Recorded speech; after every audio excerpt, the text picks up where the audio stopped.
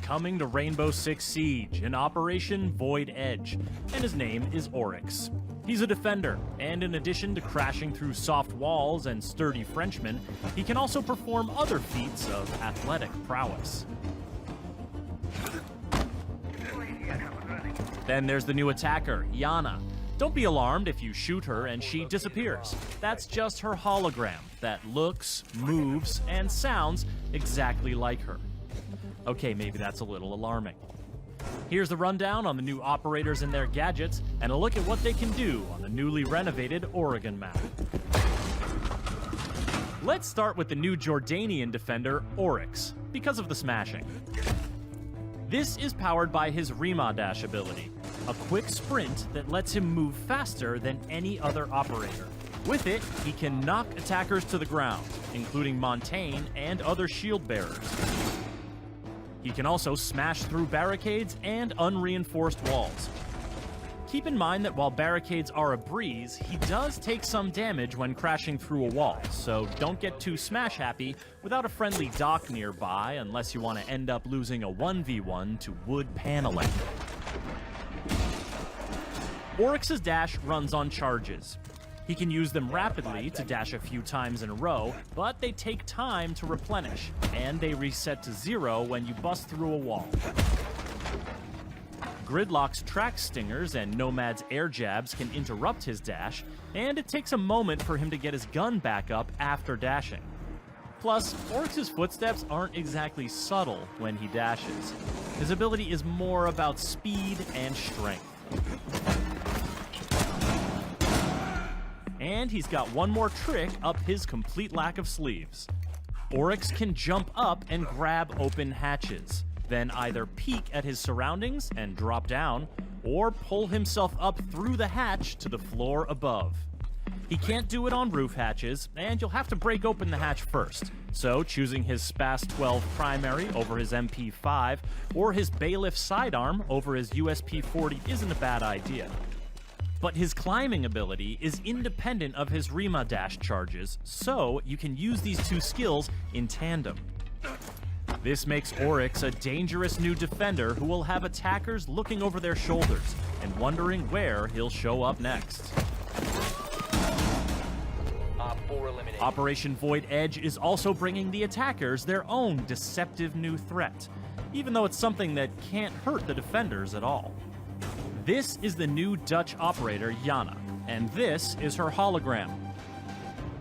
Using her Gemini replicator gadget, Iana creates and controls a hologram that looks like her, including her headgear, uniform, and primary weapon skin. Moves like her, with the exception of rappelling or climbing ladders, and sounds like her. While it can't deal damage to enemies or physical objects, it can have serious effects on the defender's survivability.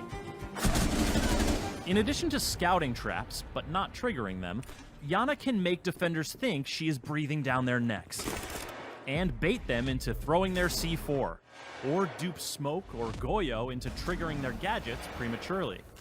After all, when a defender sees the hologram peek around a corner, or hears it in a hallway, how are they to know it's not the very real and very dangerous Iana? Convincing as it is, the hologram is fragile. One bullet will destroy it, as will electricity or mute jammers. Maestro's evil eyes can zap it as well, and they can detect it's a hologram by the telltale lack of warm body glow. Shooting Iana's hologram does not result in a location ping, as with Alibi's Prisma holograms, and it can't ping locations, scan enemies, or see Vigil when he's using his cloaking device. Plus, Iana can't move while her hologram is active, so defenders are temporarily safe from her ARX-200 or G36C primary weapon, or her MK1 9mm sidearm. But she doesn't just have one hologram. The cooldown period is longer if it's destroyed than if she deactivates it, but her hologram will always recharge. Whether she's using it to run solo misdirection plays, or conspiring with teammates in a coordinated push, Iana's deceptions can have deadly consequences. There used to be an exterior door here, on the dining hall bomb site on the Oregon map, but it's been removed as part of some key renovations to rework the map. The nearby small office tower has been expanded on both levels, giving defenders more room to work with when keeping attackers at bay.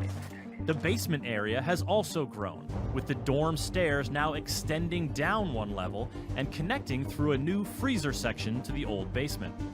Operators looking to traverse the attic connector above the meeting hall will have more options, including a redesigned floor plan near the master bedroom and a new exterior second floor window, but the ladder to the first floor has been removed.